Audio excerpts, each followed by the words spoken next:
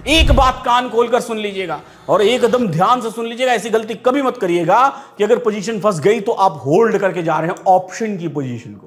कभी मत होल्ड करिएगा। अगर नहीं निकल पाई पोजीशन, लॉस बुक कर लीजिएगा। ऑप्शन बाइंग की पोजीशन को कभी होल्ड करके मत जाइएगा।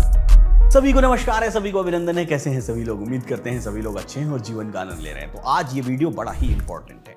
क्यों इंपॉर्टेंट है? कि अभी तक तो हम लोग जो सीख रहे हैं वो सीख रहे हैं कि कंटिन्यूअसली हमारे ट्रेड्स में प्रॉफिट्स होते चले जाते हैं। लेकिन कई बार ऐसा होता है जब हम ट्रेड्स में फंस जाते हैं, कई बार ऐसा होता है जब अपोजिशन हमारा हमसे ज्यादा खतरनाक हो सकता है। तो इंडियन क्रिकेट टीम की तरफ वर्ल्ड कप फाइनल में आपका हाल ना हो बाजार में, इसलिए ये वीडियो आपके लिए बेहद जरूरी है कि जब अपोजिशन हमसे ज्यादा भारी पड़ जाए, ऐसे केस में हम बाजार से कैसे बाहर निकले। यानी कि अगर हम मार्केट में ट्रेड कर रहे हैं, रेजिस्टेंस भी स्ट्रांग है, सपोर्ट भी स्ट्रांग है, दोनों अपने आप में स्ट्रांग है।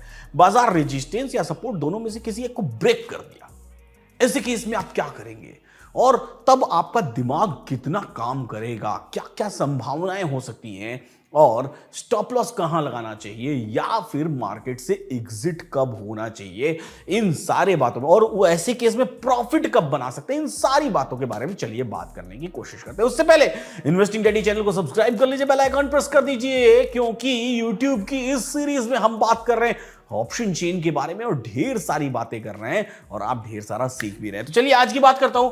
आज जो मैंने केस स्टडी ली है, उस केस स्टडी में मैंने लिया है 22 नवंबर 2023 और इस दिन के बाजार को मैं देखने की कोशिश करूंगा। हिस्टोरिकल डेटा लिया है मैंने, यहां पर हम देखने की कोशिश कर रहे हैं मॉर्निंग में 9:19 AM पर।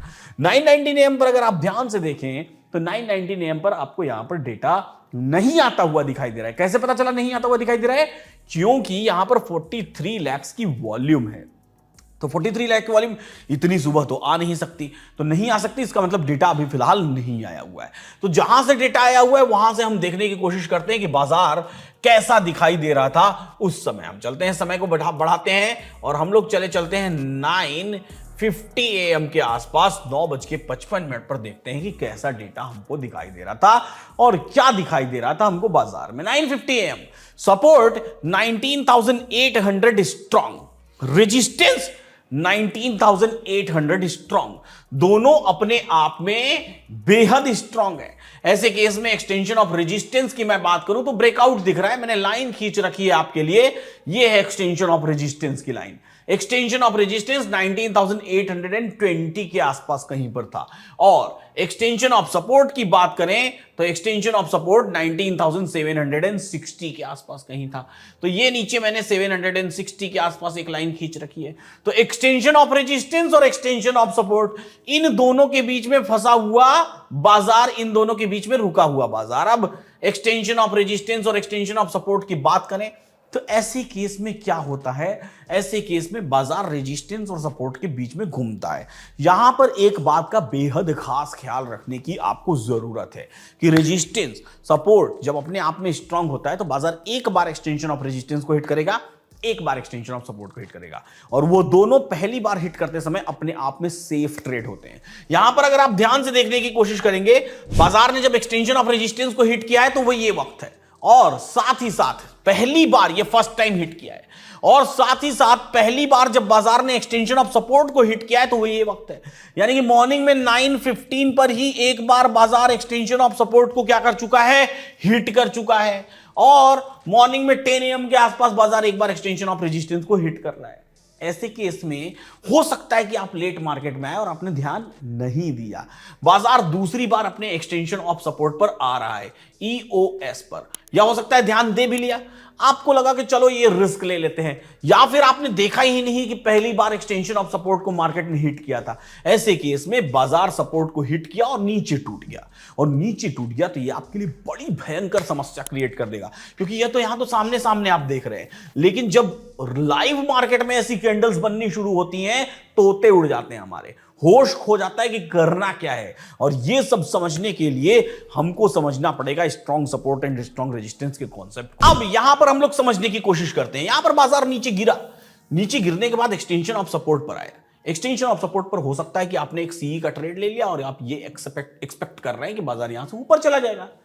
अब ये एक्सपेक्टेशन अगर आप कर रहे हैं कि बाजार ऊपर चला जाएगा और ऑल ऑफ सडन बाजार नीचे गिरना चला शुरू हो गया, तो पहली बात तो मेरा स्टॉप लॉस कहां लगेगा।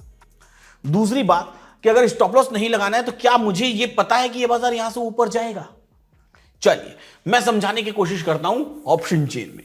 जब आप यहां पर वापस से ऑप्शन चेन में आएंगे तो अब पहली बात तो आपको इस बात का हमेशा ख्याल रखना पड़ेगा कि क्या 915 पर मार्केट ने या पहले कभी बाजार ने एक बार अपने सपोर्ट या रेजिस्टेंस को हिट किया है। यहां पर मुझे पता चल रहा है कि एक बार हिट किया है। अगर आपको नहीं भी पता चल रहा है, मान लीजिए आपके लिए सरप्राइज भी हो जाता है, मान लीजिए एकदम सरप्राइज है कि गिर गया, तो भी हमेशा याद रखिएगा स्ट्रॉन्ग सपोर्ट और स्ट्रॉन्ग रेजिस्टेंस के केस में बाजार कभी भी अपने एक्स्ट्रा डाइवर्जन से ऊपर या एक्स्ट्रा डाइवर्जन से नीचे नहीं जा सकता। क्या होता है एक्स्ट्रा डाइवर्जन, चलते हैं हम लोग समझने की कोशिश करते हैं। एक्स्ट्रा डाइवर्जन के लिए हिस्टोरिकल डेटा में चलते हैं।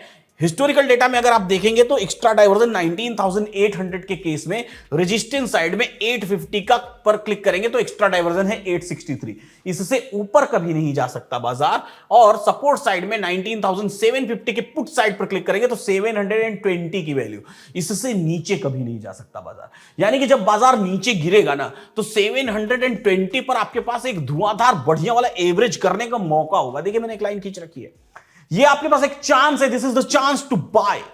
स्टॉप लॉस कहां होगा, स्टॉप लॉस होगा कि जब बाजार इससे भी अगर नीचे गिरने लगे और भी नीचे, यानी कि इस स्ट्राइक प्राइस के ही नीचे चला जाए। 750 पर आपने क्लिक किया है तो 750 के नीचे 700 वाली स्ट्राइक प्राइस के भी नीचे चला जाए, तो मान के चलिए कि ये खत्म हो गया, आपकी पोजीशन स्टॉप लॉस चली गई। लेकिन ऐसा पता नहीं कभी रेयरली हुआ था कि नहीं हुआ था, मुझे नहीं याद है। जब तक सिनेरियो नहीं चेंज हो ऐसा हो नहीं सकता। हाउएवर आपको जब भी नीचे बाजार आएगा किसी एक एक्स्ट्रा डाइवर्जन पर, उस पर्टिकुलर एक्स्ट्रा डाइवर्जन पर जाकर के आप अपनी पोजीशन को यहां पर एवरेज कर लीजिए, और फिर जब एवरेज कर लेंगे धीरे धीरे बाजार ऊपर आएगा, तो यहां तक आते आते आपकी पोजीशन क्या हो जाएगी, प्रॉफिटेबल हो जाएगी। ऐसे ही अगर एक्स्ट्रा ऊपर निकलता तो 863 से आप एवरेज कर लेते। हमेशा इस बात को याद रखिएगा, अगर आप सिंगल लॉट के ट्रेडर हैं तो आपको एवरेज नहीं करना है, बल्कि अपनी पोजीशन को कॉस्ट पे आने का वेट करने देना है। आप अगर डबल लॉट ट्रिपल लॉट के ट्रेडर हैं तो आप जो है कि जितने लॉट्स में आपने ट्रेड किया है उसके सिमिलर, उसके पैरेलल क्वांटिटी से आप एवरेजिंग कर सकते हैं और एवरेजिंग करके वापस ऊपर आ सकते हैं। एक बात कान खोलकर सुन लीजिएगा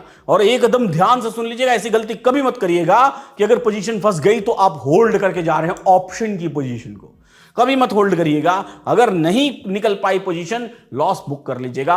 ऑप्शन बाइंग की पोजीशन को कभी होल्ड करके मत जाइएगा। तो कैसी लगी ये वीडियो कमेंट बॉक्स में लिखना बिल्कुल ना भूलें। डैडीज इंटरनेशनल स्कूल वाराणसी के पास एक ऐसा स्कूल है जहां पर कि आप सिखा सकते हैं, जहां पर बच्चों को सिखाया जाता है क्लास 6 से structured financial education. Boarding school है। डैडीज इंटरनेशनल स्कूल की वेबसाइट पर जाइए, इसके फीस स्ट्रक्चर को देखिए। Fully air conditioned school, fully air conditioned hostel और बेहतरीन मजा आने वाला है आपके बच्चों को। इसके लिए आप हमारी डैडीज इंटरनेशनल स्कूल की यूट्यूब की वीडियो पर भी जाकर के एक्टिविटीज देख सकते हैं, और साथ ही साथ कमेंट बॉक्स में आपके लिए संडे वेबिनार की लिंक दी हुई है। तो फिलहाल आज के लिए इतना ही। ऐसे ही सीखते रहिए, मुस्कुराते रहिए, जीवन का आनंद लेते रहिए। फिर मिलेंगे हम लोग अगली वीडियो में।